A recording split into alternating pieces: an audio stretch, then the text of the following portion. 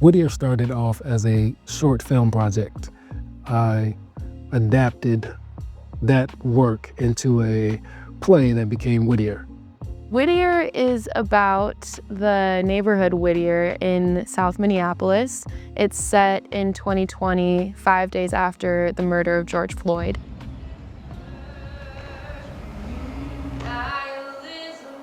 It's almost like time stands still. The characters in Whittier are just searching for meaning in this chaotic abyss. It's a long, hot summer. Whittier is a play in portraits. It was influenced by some of the brilliant artwork you see around you. I would take these walks. I would see a lot of the protest art that was emerging in my neighborhood. And there was this strange dichotomy because the murals were striking, aesthetically beautiful, but they were commenting on this very ugly incident.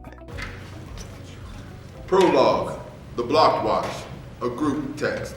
It doesn't necessarily reference everything that happened with George Floyd, but it does talk about how the community reacted to police violence and how the community dealt with the isolation of being in quarantine.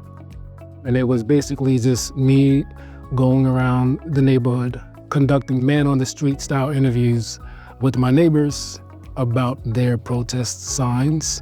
And that question would lead people to kind of go into a relatively long monologue about race relations in America as it related to the tragedy in 2020. It was serendipity that Lisa Kelly and her organization was doing an exhibition here while we were doing this semester. Art and Artifact is Memorialize the Movement's 10th exhibit in the last 4 years, easily the most powerful exhibit that we've done to date. Whittier being developed and having readings just across the street really speaks to the human experience of the murals and of the uprising and helps to contextualize what people were feeling in the conversations that were being had at that time. Why are you still here? It's time to wake up. Was I asleep and I didn't know it? You got work to tend to. I'm up. I'm sticking really close to verbatim as possible. I'm just taking it and kind of shaping it into communal conversations around these themes, which I call a composite docudrama. So there's these pockets of very strict verbatim language in the piece that's in concert with the composite language. When you blurted, like the first time when you blurted, it was perfect. Our program has got a really strong reputation for turning out actors who are well-versed in Shakespeare, Molière, the Greeks, but I believe that it is equally important for students to have proficiency with the development of new works, which is going to constitute at least half of what they're going to audition for once they graduate. I had worked with Tylee Scheider in the past, and in the development of the piece, he'd done a lot of interviews in the Whittier community, but he needed the voices of young people, and we're more than happy to provide them. I think our students are extraordinary. So many times as an actor, you're just sort of handed the script and they say, you know, here you go, this is what it is, learn this and we're gonna do this. But this is sort of like an experience to like learn this and do it to the best of your ability, but also be in conversation with the playwright about like, I'm curious about this, maybe, you know, this feels right for this character, is a gift to experience as an artist. The best thing they can do is to bring all of themselves to the table, to ask honest questions, to listen, to be observant, to bring the text analysis skills that they've learned in the program to the workshop and give the playwright more to work with in the further development of the piece. Portrait 20, cleanup begins. My experience participating in this new play initiative has been eye-opening. It also has been invigorating. Like I feel a new sense of creative juices swelling up in me. It's fun working on something new too that no one has done professionally yet.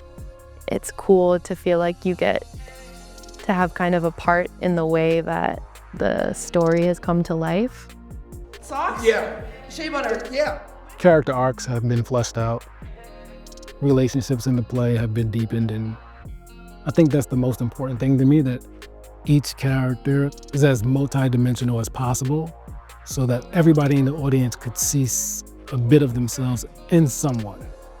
And that's tough, but you know, even if you don't see yourself, you may see someone you know or someone you love in the piece. And that makes me feel like I've done my work.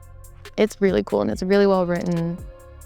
And I think it's a really special play, and to be doing it in Minneapolis just adds a whole other level onto it.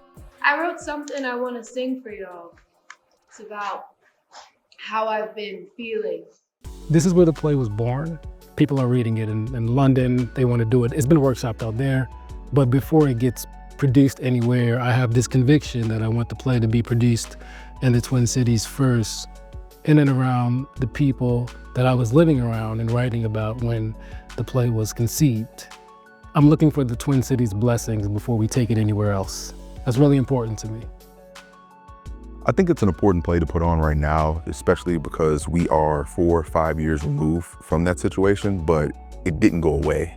I feel like a lot of people have forgotten what happened and how significant it was. It's so easy for moments like a death to spark all this momentum and protest and people actually doing things.